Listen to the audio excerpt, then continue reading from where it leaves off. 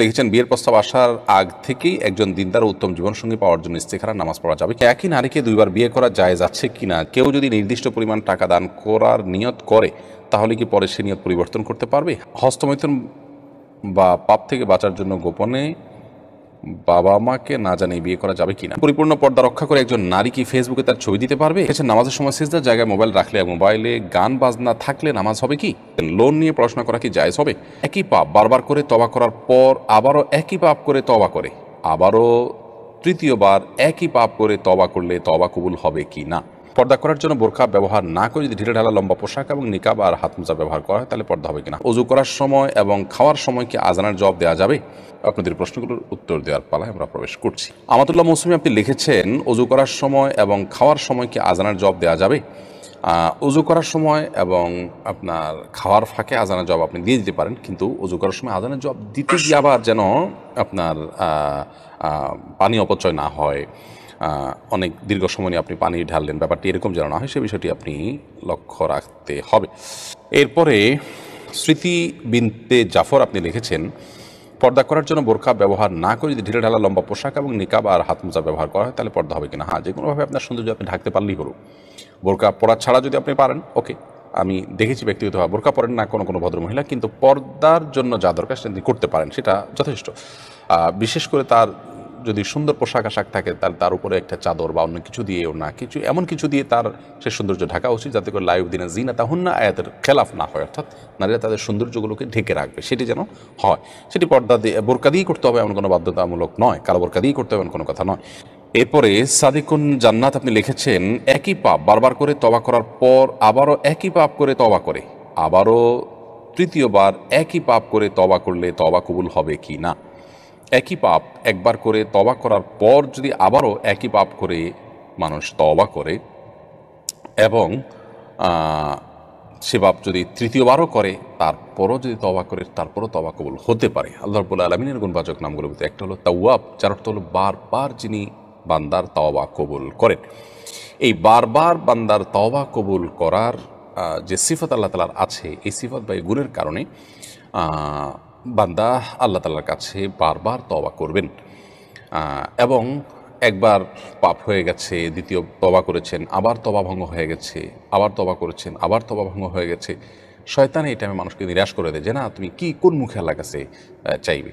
তখন শয়তানকে পাল্টা বলতে হবে, মনকে বলতে হবে, আল্লাহ তাআলা তো তাওয়াব, আমি পরবর্তী তওবাটা আগের তওবার চাইতে স্ট্রং করার চেষ্টা করব। সেটা ঠিক আছে, এবং স্ট্রং না হলে নিজেকে নিজে ভৎসনা করব, নিজেকে নিজে আত্মশাসন করব, সেটা ঠিক আছে। তাই বলে আমি তওবা থেকে বিরত থাকলে তো আমি হাল ছেড়ে দিলাম, একেবারে শয়তানের কাছে পুরোই বল করে তার দিয়ে দিলাম। এজন্য তওবা বারবার যদি ভেঙে যায় তারপরে আমাদের তওবা করার চেষ্টা অব্যাহত রাখতে হবে। মৃদুল আহমেদ মন আপনি লিখেছেন, লোন নিয়ে পড়াশোনা করা কি জায়েজ হবে? পড়াশোনা করার জন্য যদি আপনি লোন নেন, আর লোনটা যদি হয় আপনার রিবা বা সুদ নির্ভর, তো সুদ নির্ভর লোন নিয়ে, সুদ নির্ভর আপনার ঋণ নিয়ে পড়াশোনা করা জায়েজ হবে না। ব্যবসা করা যেরকম জায়েজ হবে না, পড়াশোনা করা জায়েজ হবে না। সুদ নির্ভর কোনো লোন নেওয়া ইমানদারের জন্য জায়েজ নয়। ধরুন কেউ এমন কোনো পরিস্থিতিতে পড়ে গেছেন যে এটি থেকে উত্তরণের তার কোনো পথ খোলা নেই, তার জীবন বিপন্ন হতে পারে, তখন তিনি হয়তো কোনো হারামে আশ্রয় নিলেন জীবন রক্ষার জন্য, সেটি জায়েজ হতে পারে। বাট পড়াশোনা না করলে আপনি মরে যাবেন, ব্যাপারটা তো সেরকম নয়। হয়তো একটু ভালো লাইফ আপনি লিড করতে পারবেন না, হয়তো একটা ভালো সুবিধা আপনি পেতেন, সেটা থেকে আপনি বঞ্চিত হবেন। তো এই জন্য একজন ইমানদার হিসাবে আমাদের জন্য পড়াশোনার জন্য বলেন বা এরকম কোনো সুবিধা নেওয়ার জন্য আপনি লোন নিতে পারবেন না। লিভা হাসান আপনি লিখেছেন, পরিপূর্ণ পর্দা রক্ষা করে একজন নারী কি ফেসবুকে তার ছবি দিতে পারবে? পরিপূর্ণ পর্দা রক্ষা করে ছবি কিভাবে দিবে? তার শরীরের কোনো অঙ্গ প্রত্যঙ্গ কোনোভাবে ফুটে উঠবে না, এইভাবে ছবি দিলে সেই ছবিতে দেয়া না দেয়া সমান হবে অলমোস্ট। এমডি বিপ্লব হাসান আপনি লিখেছেন, অনেকেই বলে থাকেন আমাদের রিজিক পূর্ব থেকে আল্লাহ তাআলার পক্ষ থেকে নির্ধারিত এবং চূড়ান্ত, এর থেকে কম বেশি হবেন নাকি? ঠিক, হ্যাঁ, এটা অবশ্যই সঠিক। আল্লাহ তাআলা এগুলো নির্ধারণ যা করেছেন তা আর বাইরে কিছু হবে না। তারিকুল ইসলাম আপনি লিখেছেন, নামাজের সময় সিজদার জায়গায় মোবাইল রাখলে, মোবাইলে গান বাজনা থাকলে নামাজ হবে কি? নামাজের সময় যদি সিজদার জায়গায় আপনার মোবাইল থাকে তাহলে সেক্ষেত্রে নামাজের মনোযোগ নষ্ট হতে পারে, এমনটি করা উচিত নয়, কিন্তু থাকলে নামাজ হয়ে যাবে। আর যদি মোবাইলে নামাজ গান বাজনা ভেতরে থাকেও তারপরও নামাজ হয়ে যাবে, কিন্তু আপনার এই গান বাজনা ভেতরে রাখার কারণে আপনি গুনাহগার হচ্ছেন, সেটি নামাজের মধ্যে নামাজের বাইরে সর্বাবস্থায় আপনি কিন্তু একটা গুনাহ করে যাচ্ছেন। বিধায় একজন ইমানদার এই মোবাইলের মধ্যে হারাম কোনো কিছু রাখা থেকে বিরত থাকবেন এবং আগের থেকে থাকলে আল্লাহর ভয়ে জাহান্নামের ভয়ে আল্লাহ পাকড়াও করবেন, জবাবদিহি করবেন, আল্লাহর পাকড়াও অনেক শক্ত, সেই ভয় তিনি মোবাইল থেকে এগুলো পরিষ্কার করে ফেলবেন, পরিচ্ছন্ন করে ফেলবেন। উম্মে সালমা আপনি আমাদের ইউটিউব চ্যানেলে লিখেছেন, কেউ যদি নির্দিষ্ট পরিমাণ টাকা দান করার নিয়ত করে তাহলে কি পরে সে নিয়ত পরিবর্তন করতে পারবে? হ্যাঁ, নিয়ত পরিবর্তন হতে পারে। নিয়ত পরিবর্তন করাটা মৌলিকভাবে কোনো নাজায়েজ কাজ নয়, যেহেতু নিয়ত মানে একটা ভালো কাজের প্ল্যান করা। কোনো বিশেষ কারণে আপনি যদি পরিবর্তন করতে বাধ্য হন করেন, আপনার গুনাহ হবে না। তবে আপনি যদি কোনো কাজ করার জন্য শপথ করে থাকেন তো সেটা পরিবর্তন করতে পারবেন না। শপথ ভঙ্গ হয়ে গেলে বা পরিবর্তন করলে আপনাকে কাফারা দিতে হবে। ইমরান হাসান আপনি লিখেছেন, হস্তমৈথুন বা পাপ থেকে বাঁচার জন্য গোপনে বাবা মাকে না জানিয়ে বিয়ে করা যাবে কি না, এ বিষয়ে আমাদের একটা দীর্ঘ ভিডিও আছে, মেহরবানি করে এটা শুনে নেবেন। সেখানে আমরা বিস্তারিত বলেছি যে আসলে চরিত্র হেফাজতের জন্য যারা বিয়ে করতে চান বাবা মাকে না জানিয়ে, অভিভাবককে না জানিয়ে, ছেলে হলে তো তার জন্য এটা জায়েজ আছেই, মেয়ে হলে সেটা নিয়ে ইখতিলাফ আছে আমাদের মধ্যে। অনেক ইমামগণ নাজায়েজ বলেছেন, অনেক ইমামগণ জায়েজ বলেছেন। তো এই সমস্ত পরিস্থিতিতে এসে আপনি প্রথম কথা হলো যে গুনাহের পরিবেশ থেকে বাঁচার চেষ্টা করেন, তাহলে তো আপনি এমনিতে গুনাহ থেকে বাঁচতে পারবেন। গুনাহের পরিবেশ থেকে আপনি নিজেকে সরানোর চেষ্টা করলে যেহেতু পথ খোলা আছে, সেজন্য আপনি অভিভাবকের সম্মতি ছাড়া বিয়ের দিকে আর যাওয়া উচিত হবে না। ছেলেদের জন্য এটা জায়েজ হলেও অনুত্তম কাজ, বিবাহ অভিভাবকের মাধ্যমেই হওয়া উচিত এবং সামাজিকভাবেই হওয়া উচিত। যাই হোক, তারপরও যদি কেউ এরকম কোনো পরিস্থিতি থাকেন যার জন্য তার এছাড়া কোনো পথ খোলা নেই, তাহলে তিনি কোনো বিদগ্ধ আলিমের সাথে পরামর্শ করে তার ব্যক্তিগত বিষয়টির সমাধান নেবেন। জাহিদ আপনি লিখেছেন, ইসলামে একই নারীকে দুইবার বিয়ে করা জায়েজ আছে কিনা, জায়েজ হয়ে থাকলে দেনমোহর একই রাখতে হবে কিনা? বিয়ে একবারই হবে একই নারীকে, তালাক না হলে তার দ্বিতীয় বিয়ে করার প্রয়োজন নেই।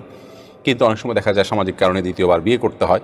তো যদি হয় তাহলে সে দ্বিতীয় বিয়েটা, প্রথম বিয়ে যদি সঠিকভাবে হয়ে থাকে, দ্বিতীয় বিয়েটার কোনো মিনিং থাকবে না, ওটা মিনিংলেস থাকবে। তার জন্য কোনো মোহর ধার্য হলেও সেটা আদায়যোগ্য হবে না বা আদায় করা আবশ্যক হবে না।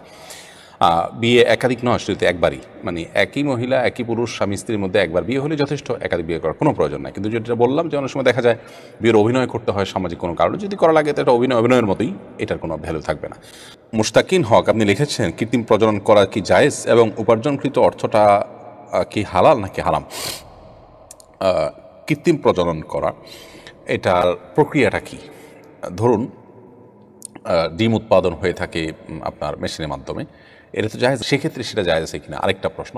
তো সবগুলোকে একটির আওতায় এনে তার জবাব দেওয়াটা কঠিন এবং জটিল। এই জন্য ভ্যারি করে যে বিষয়টি কিভাবে আপনার ইমপ্লিমেন্ট করা হচ্ছে তার উপরে। এটি কখনো জায়েজ হতে পারে, কখনো নাজায়েজ হতে পারে। মৌলিকভাবে বিষয়টি নির্ভর করে যে প্রক্রিয়াটা করতে গিয়ে শরিয়ার কোনো বিধান লঙ্ঘন হচ্ছে কিনা। যদি কোনো বিধান লঙ্ঘন হয় তাহলে এটা নাজায়েজ, আর না হলে সেটি জায়েজ আছে। মৌলিকভাবে মনে রাখতে হবে আলাস্তুফিল আশিয়াল ইবাহা, যে কোনো জাগতিক বস্তু আল্লাহ আমাদের জন্য হালাল করেছেন, যে কোনো কিছুই। তবে সেখানে শরিয়ার কোনো বিধান লঙ্ঘন হচ্ছে কিনা শুধু সেটা দেখার বিষয়। যদি লঙ্ঘন হয় তাহলে সেটা হারাম হবে, আর না হলে সেটি হালাল হবে। আফিফা ফাহমিদা লিখেছেন, বিয়ের প্রস্তাব আসার আগ থেকেই একজন দিনদার ও উত্তম জীবনসঙ্গী পাওয়ার জন্য ইস্তেখারার নামাজ পড়া যাবে কি? হ্যাঁ, অবশ্যই। আপনি আগে থেকেই আল্লাহর কাছে জীবন সঙ্গী পাওয়ার জন্য দোয়া করবেন। আর ইস্তেখারা মূলত কল্যাণের দোয়া করা, যে আল্লাহ কোথায় কল্যাণ হয় আমি জানি না, যেখানে কল্যাণ হয় তুমি সেই কল্যাণে ফয়সালা করো। তো এটিতে আপনি আগে থেকেই করতে পারেন। আমির হোসেন আপনি লিখেছেন, নামাজের বাইরের সময় আমার গ্যাসের একদম সমস্যা হয় না, কিন্তু অজু করার সাথে সাথে আমাকে এই সমস্যার সম্মুখীন হতে হয়, অনেক কষ্ট করে অজু ধরে রাখতে হয়, কি করতে পারি একটু দয়া করে বলবেন।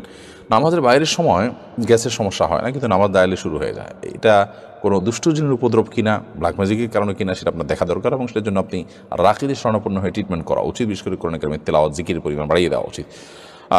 কিন্তু সালাতের মধ্যে আপনাকে উজু ধরে রাখতেই হবে, কারণ উজু আপনার ছুটে গেলে আবার নতুন করে উজু করে আপনাকে সালাত আদায় করতে